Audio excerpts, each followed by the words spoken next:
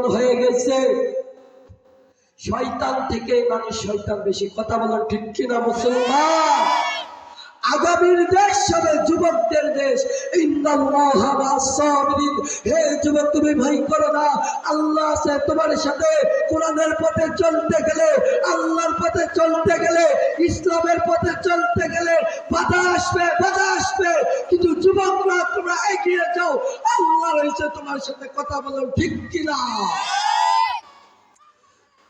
সম্মানিত হাজরিন, আজকে আমরা যে জান্নাতের বাগানে আসতে পেরেছি এবং বসতে পেরেছি,